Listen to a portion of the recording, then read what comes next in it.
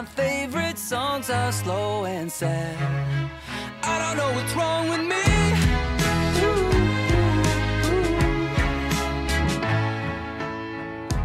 Welcome to the Sad Song Queens podcast, where we dive deep into the songs that make us cry. I'm Laura Webb. And I'm Lindsay Wolfington. Today, we will be chatting with Ben Bridwell from Band of Horses and discussing the song The Funeral. This song holds a special place in our hearts as a personal favorite. Many friends have asked us to have Ben on the show, since this is truly a generational favorite sad song for many of us in our 30s and 40s. Band of Horses are a Seattle rock band formed in 2004 who gained attention while opening for Iron and Wine. Their breakout single, The Funeral, was on their first album, Everything All the Time, which was released in 2006 and was nominated for a Grammy for Best Alternative Album. The band's music has been streamed over 2.6 billion times, with streams of The Funeral exceeding 500 million. The Funeral has been heard in many of your favorite films and TV shows, including good old One Tree Hill. Over nearly 2 decades, Band of Horses has shaped the sound of modern indie rock. Ben Bridwell has led that charge with his distinctive, emotive vocals and deeply personal lyrics. We are excited to welcome Ben to the show today. First, here is The Funeral by Band of Horses. So grab those tissues and let's get into it, because we all need a good cry.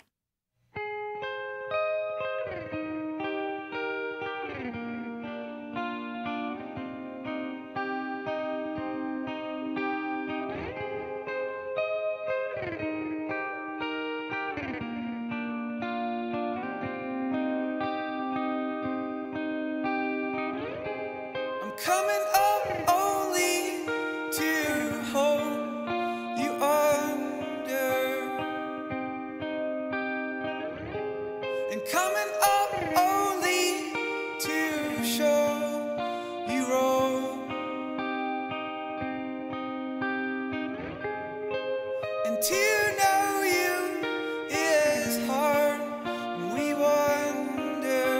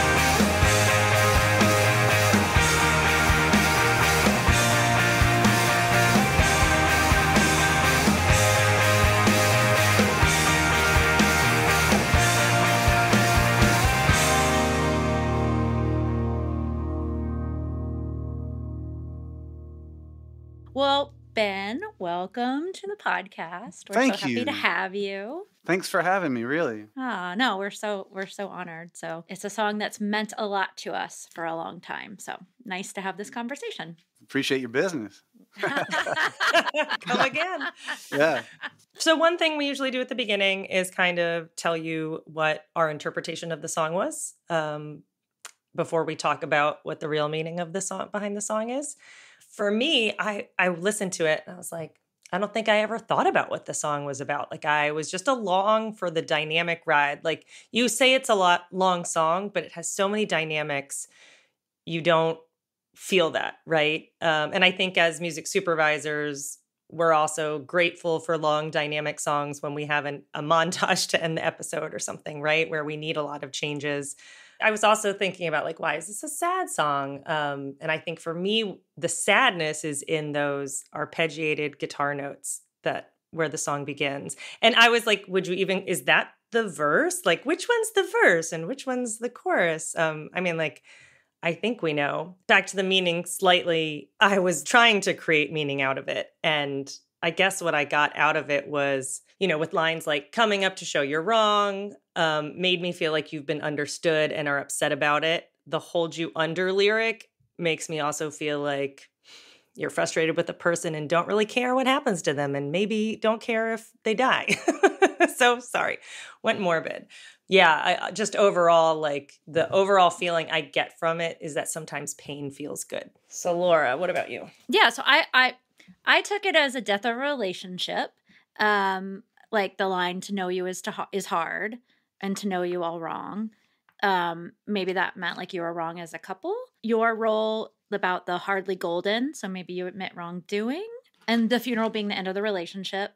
And that when you see each other, it reminds you of the reason why the relationship ended. Kind of you're questioning who was right and who was wrong. That's my thought. Well, I'm happy to say you're both absolutely wrong. We usually are. So that's what's cool about it. No, I think two whammies.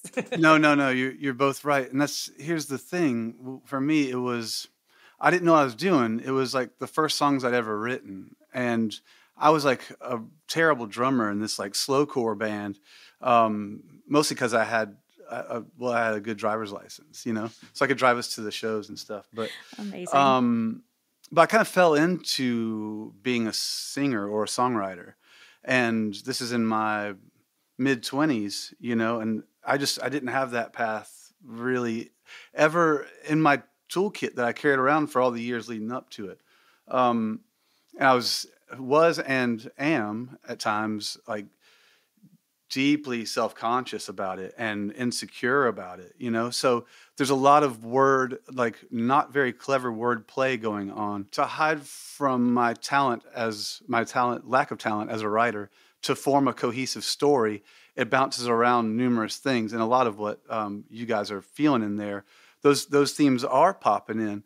But I think for me, because I was just starting out and I felt like this is probably going to be my only chance to put out an album that anyone would ever hear, I was thinking of a letter basically because I knew I'd have to lose my parents at some point, and I was going to have to, or family members. And I'm a very like weepy kind of person, and things like unrequited love and things like that, or things left hanging without some sort of finality or resolve, it gives me a lot of anxiety, but also a lot of inspiration, I guess. So you wrote the song out of that anxiety of maybe losing somebody without closing loose ends? Yeah. It's almost like a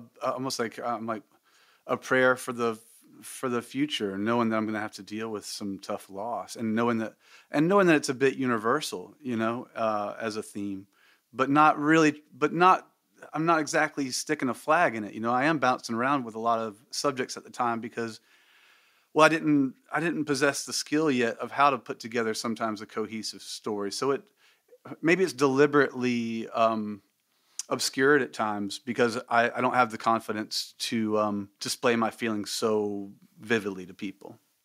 I could be wrong too. Yeah, no. I know. I'm trying to think. None of it feels wrong though. I mean, it all. Well, that's like the thing about it is it's like all vibes. And I actually think that's why, like, I don't think I ever knew what you said in the chorus, and I didn't care. Like, not from a I don't care, like, mean perspective, but like, it just feels good. I'm along. It is a bit literal, though. It is a bit literal where it's saying like, okay, any second of the day, I'm going to be ready for some tragedy, basically. And I think that anxiety, that overarching anxiety, kind of permeates most of that first record. So where you were pre-morning, you were like front-loading morning. Okay, got it. Yeah, I was. I think so, in a way, yeah. Right, and it does happen. It happens to all of us. So right, I'm arming up because I know it's going to be a tough road ahead. Yeah. I was curious. The structure of the song is so unique. Like, what did this sound like in demo form? Was it just your vocals and a guitar? Very similar, actually. It sounded very similar, and I also didn't know how to play guitar. So that first record, especially, I took because I didn't know where to put my fingers and stuff. So I detuned all the pegs, the tuning pegs. So each string, I'm just trying to get my fingers in a comfortable place, and then I'm detuning the strings to fit where my hand is comfortable. So that's why it's this weird kind of stanza going on with that arpeggiated intro and things. And I let this delay pedal kind of do the work for the rhythm because it kind of trips up on itself. It kind of almost hits itself perfectly. But I needed that rhythm because I didn't know how to write a song at all. So that delay pattern kind of got me something to sing to time with. And I got lucky that it does have dynamics in that, some beginner's luck there, because a lot of my songs since don't have those same beginner's luck. Well, I guess that's why I'm like, at a demo form, how do you decide? Like, did you put drums down as well right away? Like, how did you decide when to go big, or did your bandmates come in and help you be like, oh yeah, let's crescendo here? You know, I would work every day trying to find anything that was worth showing to some other guys that I was playing with. And most days I wouldn't get anything. But then when I finally would get something, I'd have the dudes come in and I'd record it just so I could listen to it over and over to try to understand what the feeling was, to try to attempt to sing to it. So it was very like nuts and bolts back then. I couldn't record myself unless it was like a handheld dictaphone or whatever kind of thing. And I've really had to have the band in there with me from the beginning to understand what kind of power it would have and then how to approach that singing. That's so cool. Yeah, because like obviously that was intentional, the rocking out at the very end, like at the 4-minute mark. Yeah. Like, was that in the demo? Did you kind of think like, we're always going to jam out here or rock out? God, that's a good question. I don't think I'm smart enough to have, especially back then, to have been like, here's the intro, here's the outro, here's like, you know what I'm saying? I still don't even know what those things are sometimes. Right. So I'm going to pass the credit on to Phil Eck, who produced said album. All right. Yeah, fair enough. He's got a lot of songs to discuss. Phil Eck's whole catalog of, with Built to Spill, Fleet Foxes, Modest Mouse, amongst so many others. He is a licensing department's dream. We bow down to Phil Eck. Yes. Respect. Yeah, and I think once do you want to talk about that time, that 2006, that time in indie rock history. But a couple more questions on the song. Sure.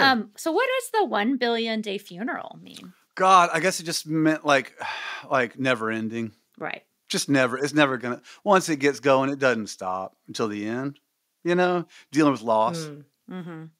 Yeah, I reckon I was just trying to grasp it, and not very eloquently or wise, but some of that stuff. It's like it's not very clever, but because the amateurism of it is kind of its strength. Mm-hmm. Well, I have a lot of respect. I think.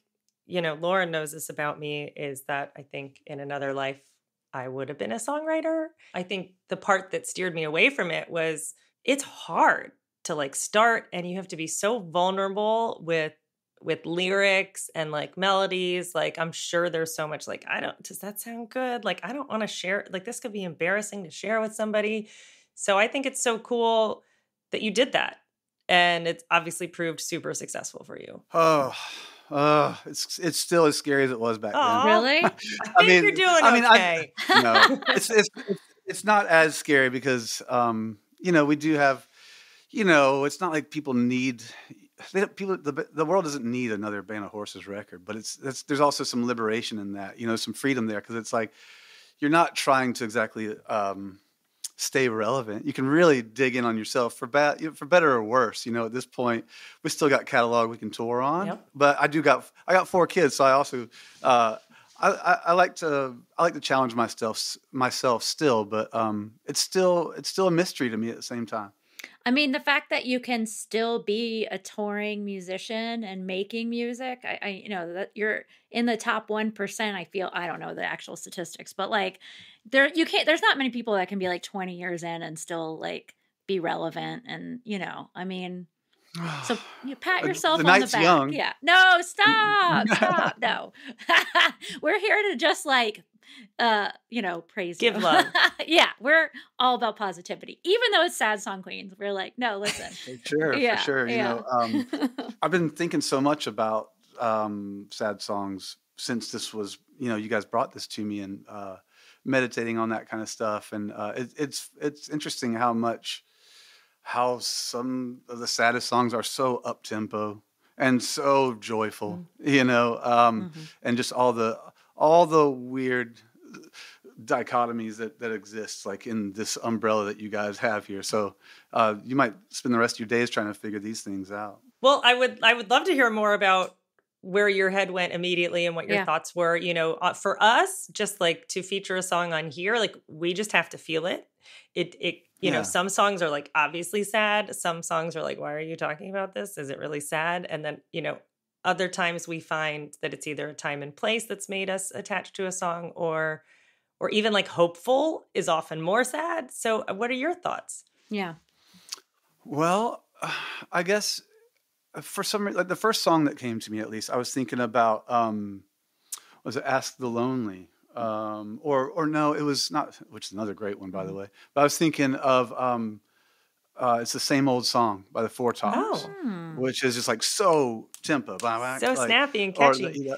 Yeah. And then it's just like so heartbreaking, the words. And I mean, even the delivery is just so bright and sunny, but, you just look under the hood a little bit or whatever, and you're like, there's a lot of pain being expressed here, So I kind of started there, and then I couldn't help but think or remember that the first concert I ever went to was the Four Tops, the Temptations, awesome, the OJs, and Levert, a great 4-band bill, especially in Columbia, South Carolina. And growing up with parents that were very into music, I was just blessed to be around a lot of those feelings. And it's hard to not have an affinity for sad songs when your parents love Otis Redding. Right. Oh, yeah. Right. Just built in the DNA. I mean, his voice alone, like. Yeah, they're Georgia people. So it's all Ray Charles and James Brown and Otis all day. I mean, we were so lucky to have that, while we're going to sleep at night. Oh, that's amazing. So your parents are from Georgia? Yeah, all from the Atlanta area. Well, interestingly, I was born in Greenville, South Carolina, and then when I was 3, on my 3rd birthday, so I don't really remember much of South Carolina, but then we moved to Atlanta, so. Wow. Yeah. You don't live there now? No. And I was like, I saw that and I was going to ask you. But. Yeah, my partner, like when we won the World Series, when Atlanta did, we were just tattooing stuff all over ourselves or whatever. But just so excited because the Dogs finally won a championship, and then the Braves won. Oh my God. But then she did one on me that it's supposed to be my dog with a Braves bandana on, but it looks something, this one. But it looks like there's a penis pointing right at my face. Oh dear. Does it not? The sad song queens. I wouldn't have thought that. Like, I really wouldn't have thought that. But now that you say that, I'm like, oh, okay. Yeah. I saw the bandana and I saw ears. But then when you say that, I can't keep your shirt on and then you won't. Oh, no one's begging me to take it off. Public, don't worry. Offender. I know. I'm going to cancel just for that. And that's fine. It's too funny. My dad went to Georgia Tech, so we were a Georgia Tech household. But sorry to hear that. Right. Yeah. No, he was really smart, so. Yeah, totally. Y'all get all the brainiacs over there. He was one of those. But that's cool. That's very cool. Yeah. That's funny. I think I saw the Temptations really early on. They played the Melody Tent in Cape Cod. My parents, I like grew up on doo-wop and 60s and stuff. Like, is that what was all that old soul, what was playing in your house? Yeah, and a lot of, I mean, growing up too. I mean, still even as R&B and stuff evolved with like listening to like a lot of like the Rippingtons and Peebo Bryson and James Ingram and a lot of Luther Vandross and Anita Baker and Sade, and so a lot of beautiful soul music, and but also a lot of good rock and roll stuff. Like my dad was really into the Stones and Neil Young and Little Feat and stuff like that. A lot of Southern rock stuff, but without like without any of the kind of like overly y'all or like Southern about it. You know what I'm saying? Right. It's just rock and roll and Yeah, soul. we were not a country household. It was No. yeah. I did that on my own. I love country Yeah, music. yeah.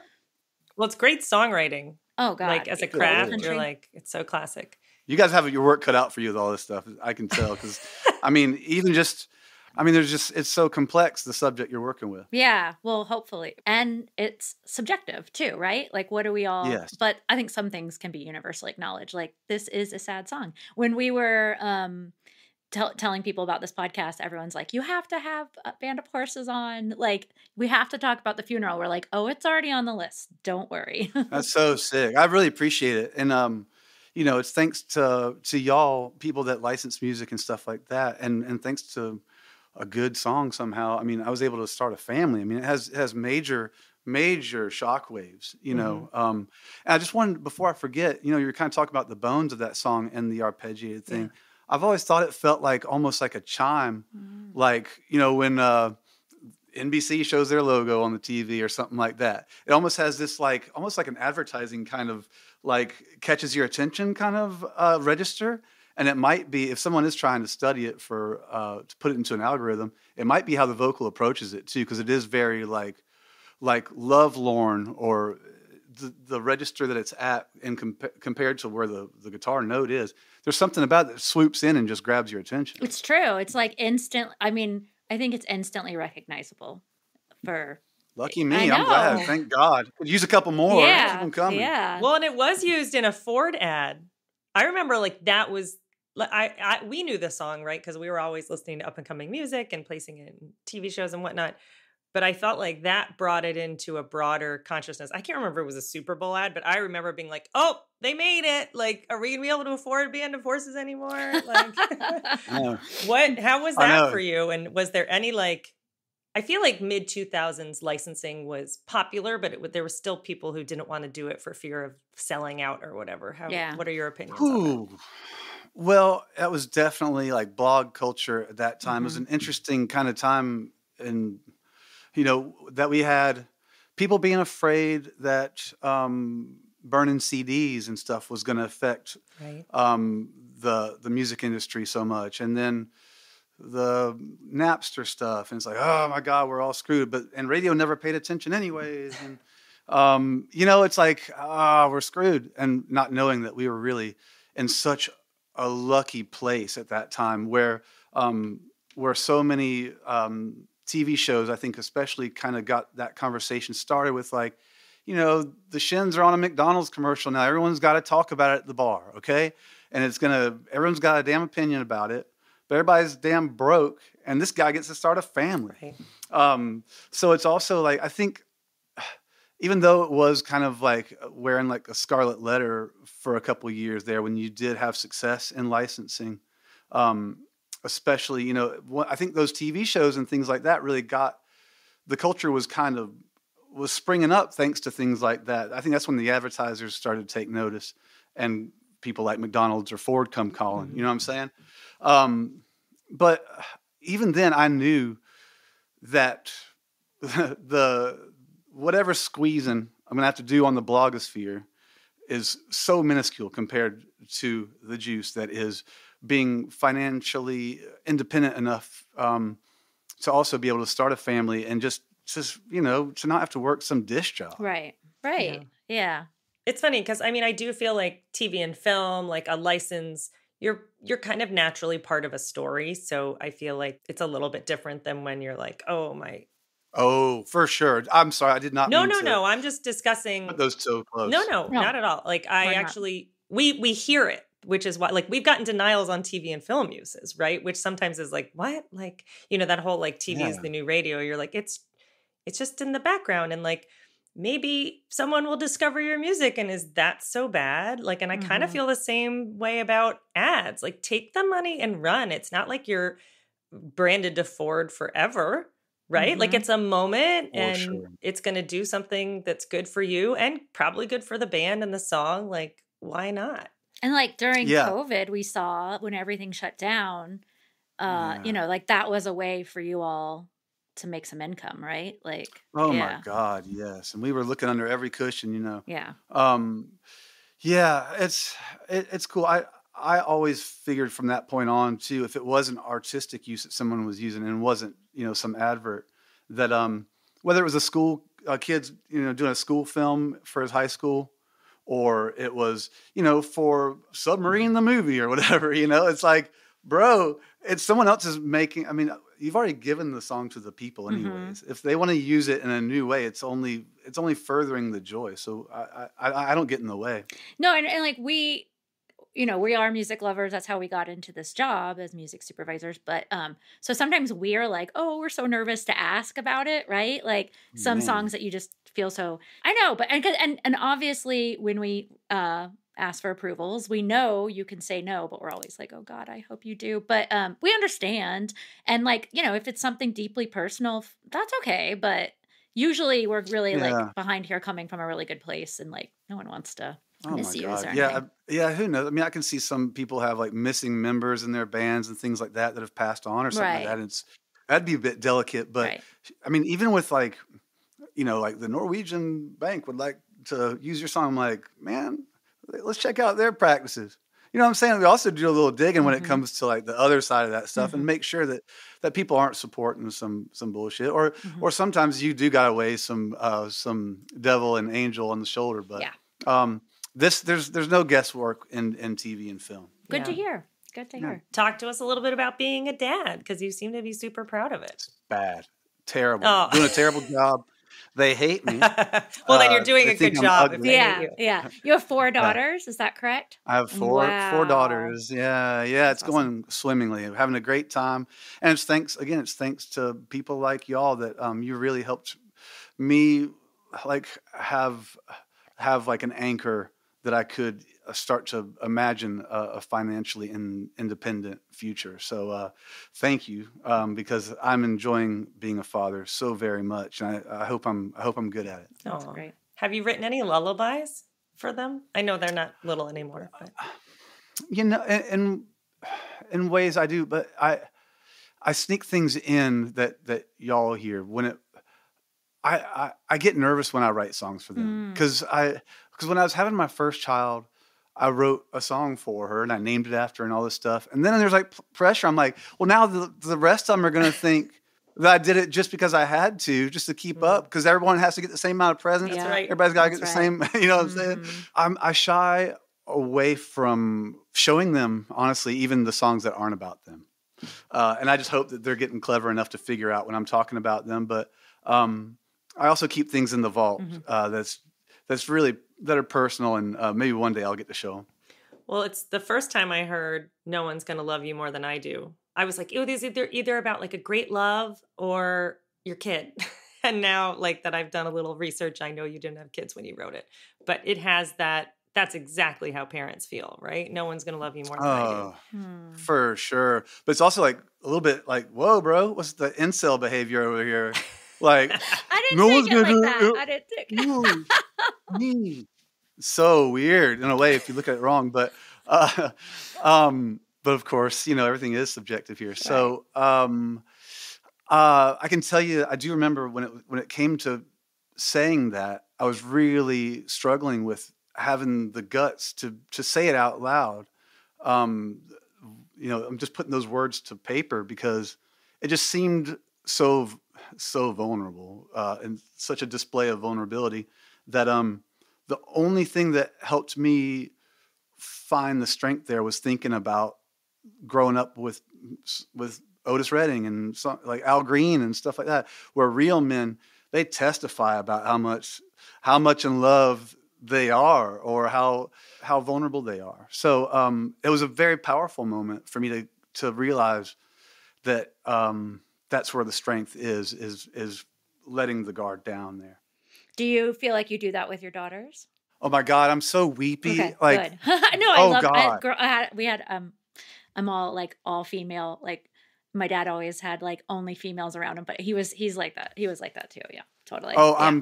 I mean, I was like that even before that, but your heart just expands so many different sizes with kids, and I mean, I think they do it. It's almost like a game. Especially like Father's Day or anytime I get a present, it's like, we're going to make him cry. Oh. They love it. They love it. Oh, It works every That's time. amazing. My kids make fun of me for crying. They're like, Oh, that God. commercial. Oh, is mom crying? Oh, she's crying again. Oh my God. I think they're so used to it now that it's not even a novelty. So you're Right. you're holding it together maybe better than I am. But I think it's so good for females to see, and I think for males too, but I think it's so good to see men cry. Like I think we see so many of the stoic, and I think that was so helpful. Like I had a very weepy dad too. And I just think like seeing that vulnerability, I think it's so healthy and great for your daughters and have good role models. Yeah. So how old's the youngest and how old's the oldest? We're going 8, 9, 14, almost 17. Oh, teenagers. Is your 17, Oh, yeah. almost 17-year-old driving? Yes, doesn't really want to. Failed the test the first time. So did keep I. trying to- You can let her know. Yeah, me too, actually. Yeah, but a little bit intimidated by it. Maybe doesn't have the thirst or the passion for driving that some do, like I did. So her next youngest down sister is very much a driver and just obsessed with it. And we go out and drive because we live in the country. You can kind of drive around and not see people. And but we're in that realm right now for sure. It's a thing with the, young kids, like that they aren't necessarily like for all of us, like turning 16 and getting your license was like a huge deal. And now it's like, maybe. I have a 19-year-old niece. I guess she's still only 18, but she still doesn't have her license. She's not like, she don't really care. Well, we knew that, the Jetsons weren't going to probably get to us anytime Dang. soon. They can actually see robot cars on the street. So they're probably like, I might just hold out and wait it out. a little Right? bit. I know. Yeah. Yeah. I wouldn't blame them. I know. Yeah, It's like, call my Waymo. I love it. I know. Let's talk a little bit about the mid-aughts. So this song and album came out in 2006.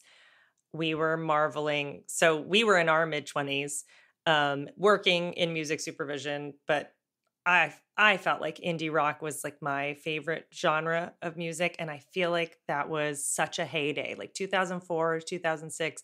It continued, but the Shins, Modest Mouse, Franz Ferdinand, Block Party, Killers, Silver Sun Pickups, Wolf Mother, Snow Patrol, Cold War Kids. Like, tell us about that time. I don't know how much interaction you had with other bands at that time, but in my memory, and maybe because I was like 26 years old, but it was like a golden age of rock music. So what do you remember about it? And yeah, talk to us. Yeah. Well, everyone wants to also like, root for a team and stuff. And growing up like I did, I think I stenciled like a Sub Pop logo on my backpack, or a K Records logo on my backpack. There was a lot of camaraderie with the bands on certain labels, at least at that time too. So like you see Wolf Parade at some festival that won't be around next year, by the way. There's a lot of people popping up with festivals everywhere around that time too. It was like festival hotcakes everywhere.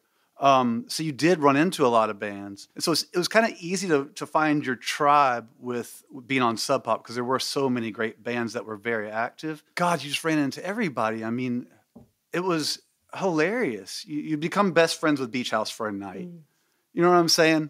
You'd end up by a lake or something like that. Or Cat Power would walk by and doesn't need her bottle of Jack Daniels and hand it to you in France. You know what I'm saying? Like it was, I guess now with a little bit of hindsight, I guess it really was magical because a lot of people were thriving, a lot of people with the same kind of vibe. But I'm sure it's the same way now. It's just, it's all cyclical too, There's a lot of great bands out there. There's plenty of potential for it to happen again as long as bands can make enough money to survive. Mm-hmm. Absolutely. Did you ever feel like outside of it, or you felt like, oh, I'm part of this like community? And because I've heard that sometimes like one band, like the New York rock scene of like 2004, they were like all those different bands, like Yeahs and they're all like, oh, I wasn't part of it. Where did you feel like the Sub Pop world, you guys were all? You know what's kind of basic of my situation is I really gravitated towards like, well, my friend Sam from Iron and Wine. Yes. I mean, we grew up in the same town, dipshit town in South Carolina. I had like a kinship with him before either of us did music. So there was a lot of like, well, it was like having a big brother on your already there in your first day of high school. That's great. Kind of, right? That's cool. And then a lot of the Southern bands that I grew up with, like Archers of Loaf, being like this, kind of like the South's answer to Pavement or Sebadoh and stuff like that. There's a lot of kinship with a lot of, and still is with those guys, or running into MGMT or something like that out there. But in general, most of the time felt like more of an outsider, even as a person, just walking around. So I can't say that I was over the top, like making friends. You know what I'm saying?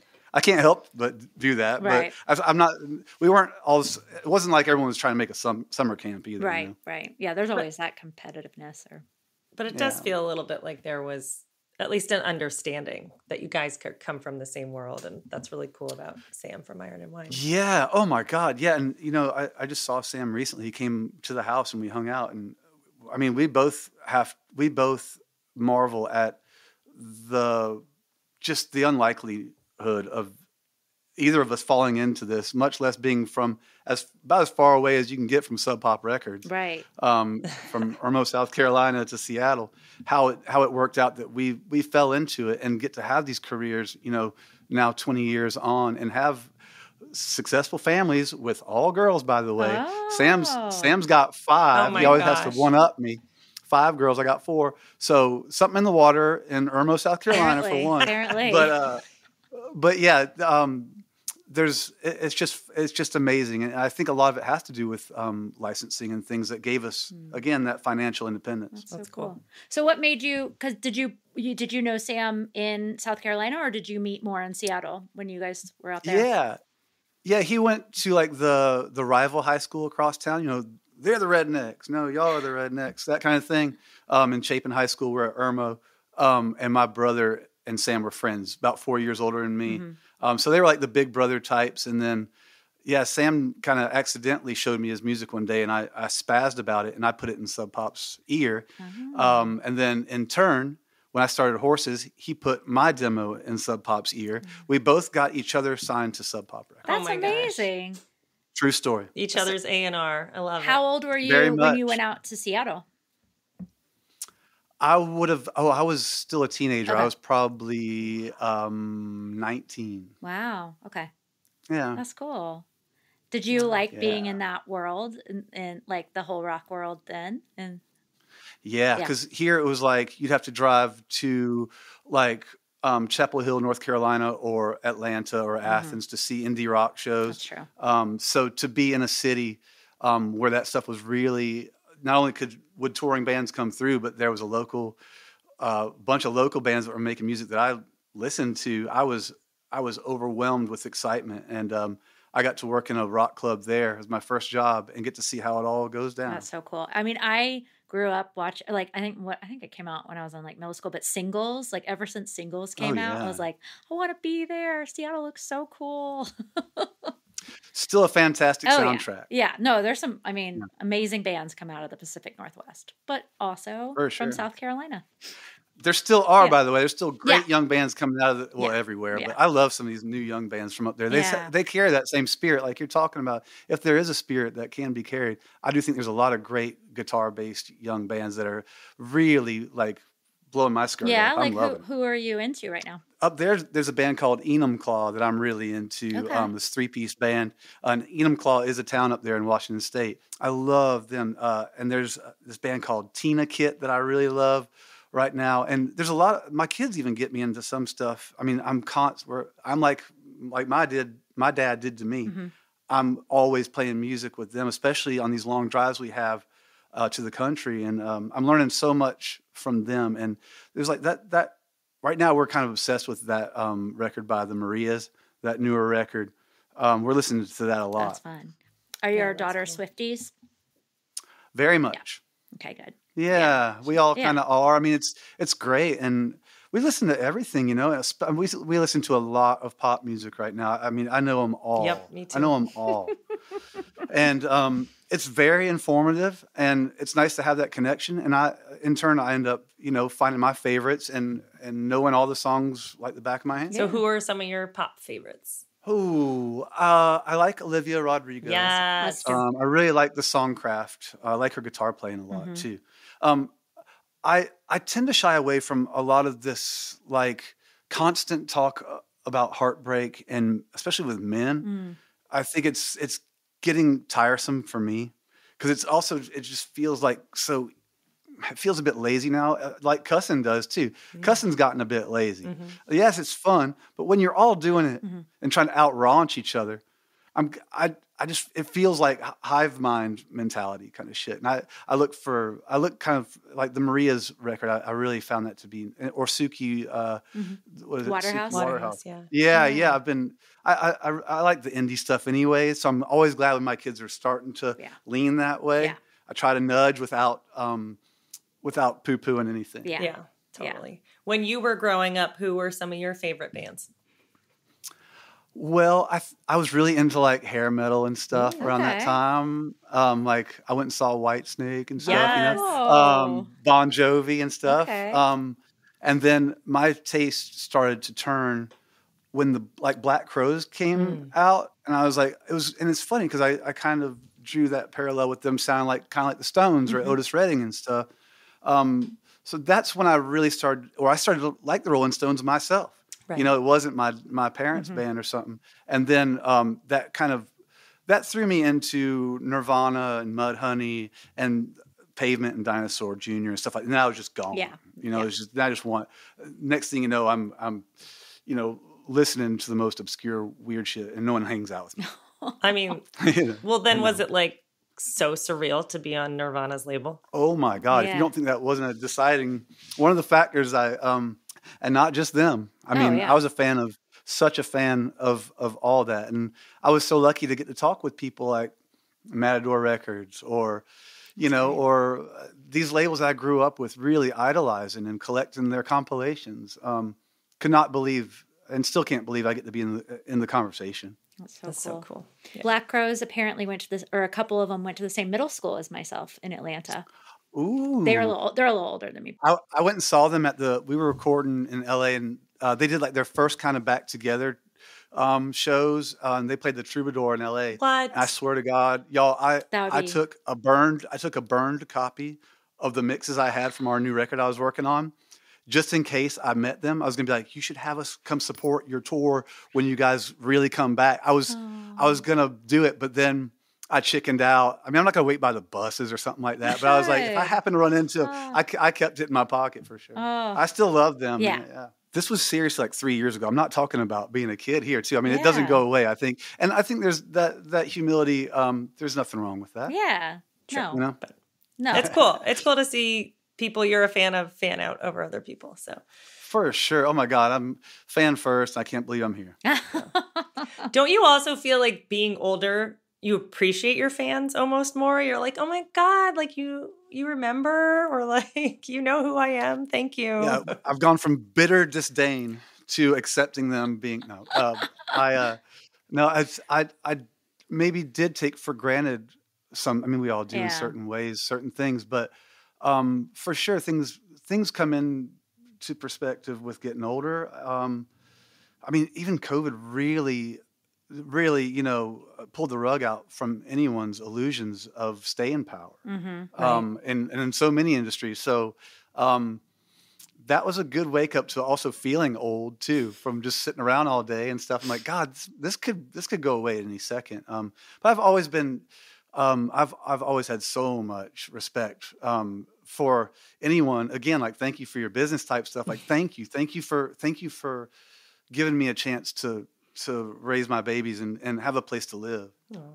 Well, no, thank you for making amazing music that we want to talk about, that you really feel. And, I haven't had the pleasure of placing your music, but that doesn't mean that I'm not a fan. It's just that, I actually have to go. Yeah. I was like, He's oh, I know. But Don't just- worry, Over. Laura. I make up for it. Yeah, Lindsay did. Lindsay has had the pleasure, Thank but yes, but that also and I means, mean it like, just yeah.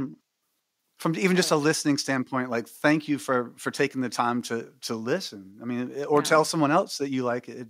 It all means so much to us. Right. Oh, well, no. Well, Yeah. speaking of, you've given us many, many great songs to be able to consider and place.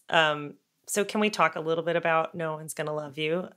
Sure. Because I was kind of like, it's not as sad, but there is such a sweetness, and almost like in that sweetness, it's like pulls on your Tender. heartstrings. Yeah.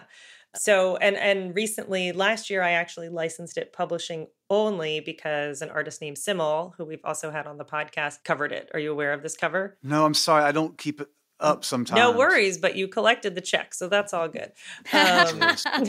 Speaking of thank you for your business, good Lord. Who is this So you again? should check it out. Yeah. SYML is his name, and he really does. It's a pretty stripped down, sad version of the song. Oh, I can't wait to hear Yeah. it. SYML. He's from the Pacific Northwest. And Yes. Yeah. Nice. Yep. Oh, well, thanks Yeah. in advance, Yeah. by the way. Yeah. That's awesome. But what's cool about it too is the song is so strong that like even a different interpretation of it has all the feels. But can you tell us a little bit about writing No One's Gonna Love You? And it's, because the production on it is kind of magical and happy, yet there's this, again, sweet tenderness underneath. Yeah, you get your Jethro Tull flutes in there, like the Mellotron flute sound. Let's see what we got here. We have the other tuning that I also made up that I'm also stuck with. And it's funny, I keep them tattooed on my arm, those tunings. I'm not sure if you see it, but Fun for Funeral and No for No One right here. Oh, wow. So that's what I tuned the guitar to. Oh my gosh. And so if I'm ever without my tuning sheet, I can look at my arm while I'm tuning. Oh my gosh. You're That's set for life. amazing. That's amazing. Yeah. So we have a hot new bastardized way of playing guitar being introduced here with No One's Gonna Love You. And again, just getting my fingers comfortable somewhere. Using a delay pedal, it creates a little bit of a chime for a rhythm. It's kind of incessant, but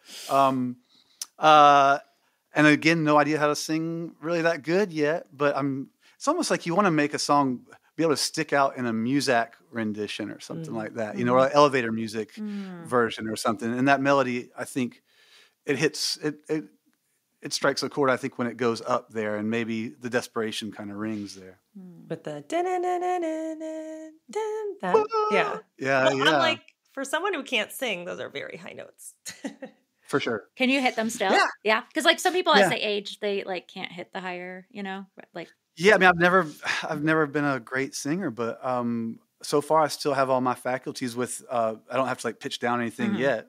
That's great. Yeah, we'll see. But I think like, and having these conversations since we've started this podcast, I think like you saying, same with the funeral and this, that you did because you didn't know how to do things. I think that's why it resonates so much, maybe, is because it's not so polished, that it's not so tied up with a bow, and that it's real and it's, emotive. And I think maybe. And you haven't heard it before. Yeah. That kind of thing too. Yeah. And I think that's maybe why we all resonate with it so much, that it's not perfect, because life's not perfect and these feelings are messy and, Yeah, I've had to, over the years, I've had to learn to trace back to that person, because as our career progressed, also there are more expectations and more there's more attention being paid to it, and that can be confusing as hell. And I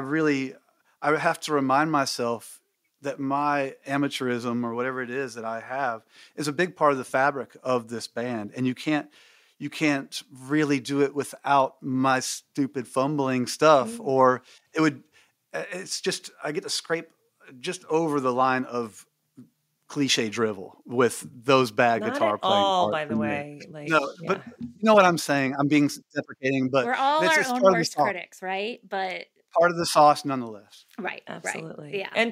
And so what is it about? Because then you have the whole like tumbling down thing. So is this like, oh, we're breaking up, no one's going to love you more than I do? Unfortunately, it's that basic. Yeah. Okay. It was a bad breakup, and honestly, I knew that Band of Horses was going to take me away from having the normal kind of relationship that I would without Band of Horses. I knew I was going to have to travel all the time, and this was kind of a come to Jesus moment in that relationship. Yeah, I wish it was more interesting or deep, but it's really on a core level though for people. It I guess it hit a nerve. I mean, I think that's a universal. I think a lot of people break up and either say no one's going to love you more than I do out of spite, or say no one's going to love you more than I do because they really wish they could make it work, but they can't. Yeah, and also in the future, I'm still loving you. Like I'm still loving you. No one's gonna fucking get that. But yeah, because like when we were listening and just sort of making our notes for this, like I actually don't see it that sad. I think it could even be a relationship in the moment, and them just professing like, I don't know. I could see people dancing at a wedding to this too. I'm sure. They do. Okay, I was gonna say, I'm like, I haven't placed it, but I mean, that's where my mind went. Like, I actually think it's very sweet. I mean, I can see how you would think it's sad. Well, that's where I was, and then I re-listened, and I was like, oh wait, all this, and your tumbling down is actually the most like major and hopeful chords of the song too. So you're very playful here. Yeah, sometimes, whether I know it or not. Again, right. You discredit yourself, but it's you know what you're doing. I think, yeah, in some ways, sure, and a lot of it is like hiding from oneself when you're digging so deep. Yeah, no, for sure.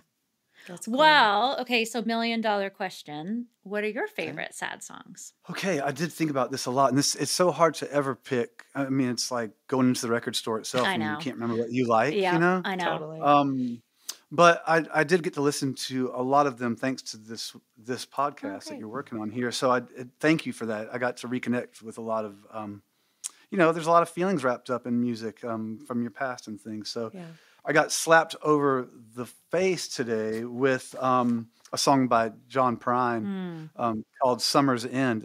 It might have been his last record. It was definitely one of the later ones. And it's so gorgeous. And it's funny because my partner and I are going through the news that I'll have to be taken off for a long tour coming up right after Christmas. I'll be going to like Australia, and it's long. It's like a month, and that's way longer than I usually do at this age. But so far, you got to maximize your time. So tough conversations, and I listened to that song, The Summer's End, and it like smacked me. I'm like, I don't want to cry right before I got to do the podcast. Like, so that one really got me big time today because it's hard for me to stick on all time kind of stuff. Yeah, so I'm just going to Agreed. that hit me today.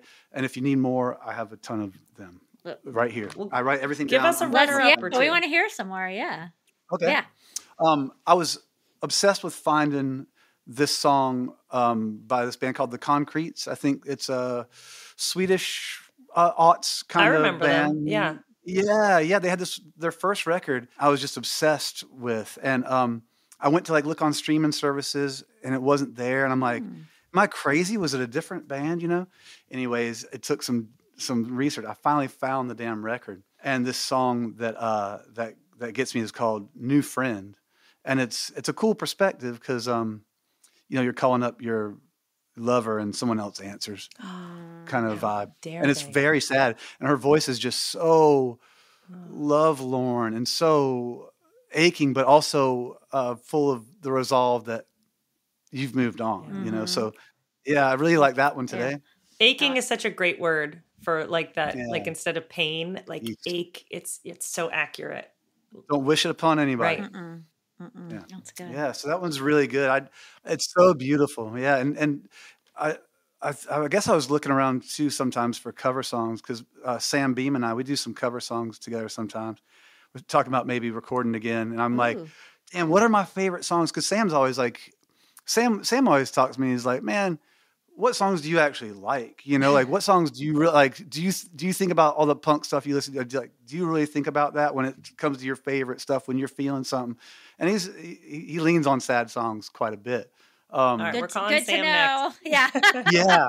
Oh, he's brilliant. Oh, you guys will love Sam. Yeah, we're big fans. Yeah, gonna mess up the grading curve, but whatever. He's very smart, is what I mean. And if I'm going, but I listened to Pretty Ugly before by Elliott Smith. Okay. quite a bit this year because there was a benefit with the band from Elliot's days was going to do a benefit and play all these songs, and I was going to sing a couple, and then a damn hurricane kept me here. So, speaking of unrequited love, I'll get there. Wow, very cool. Well, thank you. I know for music lovers, we never expect anyone to pick only one. So 3 is a beautiful round number. I was going to ask, can't help myself, same old song. Have you ever covered it? Sam did. Oh, really? Is that what made you think about how sad it was? I think it was because hearing the way that he played it, I never had noticed how sad it was. Yeah. So when you're talking about sad songs, sometimes it's, is it the cover version that got you? Did Luther Vandross just bring you to your knees? Did Sinead O'Connor's version get you instead of Prince's? You know what I'm saying? Sometimes it's the delivery. It's so true. Yeah. Absolutely. What's one of your favorite ones that you've covered, that you have done so far? Oh, wow. That's a good question. Oh, I love Graham Parsons' A Song for You. It's such a beautiful song. And it, and he's I love covering that song. I love Never Tear Us Apart by NXS. Lately, we've been doing that. I love that. I love, let's talk about Harvest Moon by Neil Young. It's not a sad song if you write it out, but there's something about the way Neil's voice goes and the way he strums that guitar and the vibe he creates that it makes it's a joyful sad, melancholy maybe. Yeah, agreed. The song Neil Young did for the Philadelphia soundtrack is one of the most heartbreaking songs. Part of it is they show it over childhood footage at the end, but that song kills me. Thank God for sad songs. I know, right? Yeah, do you like a good you say weepy all the time. Do you like a good cry? I like being myself. I like who I am. Aw, yay. And it's just the person that I am, so I accept it. That's great. Yeah, and it's not like I don't get a lot of, I don't find it really therapeutic, but I find being myself to be therapeutic. Yes. Yeah. Okay. Perfect ending to the episode. Yeah, I hope I helped. I hope I gave you some things to think about, and y'all certainly got me good with this. It kicked up so many memories and so many feelings. So I thank you so much for having me and for the experience of it. We'll have to check in with you in a year and see what other sad songs you have coming for us. Shit, you got me inspired to write some more. I'm gonna get some more of these funerals. Get a mansion. Yeah. We can't wait to hear the new ones. Yeah. Probably won't be good, but it will be fun. Oh, we will be listening. We are fans. Cool. Thanks, guys. So. And good luck with your endeavors here and with the licensing stuff. And please remember, we all appreciate it so much. You do probably more than you even know. You've done so much for my family alone. Oh, thank you. That's very nice. Thank you. Thank you for joining us today on Sad Song Queens, because you always need a good cry. Huge thanks to Ben Bridwell, Chris Early, and Timothy Mining. Thanks to Ryan Carignan and Matt Whittington at C3 Management and Sub Pop Records. Special production thanks to Kiahu Kahuanui, Miles Bergsma, Wyatt Rouse, and our producer, Emily Cartham. Our theme song is All My Favorite Songs by Weezer, and our outro music is by Wyatt Rouse.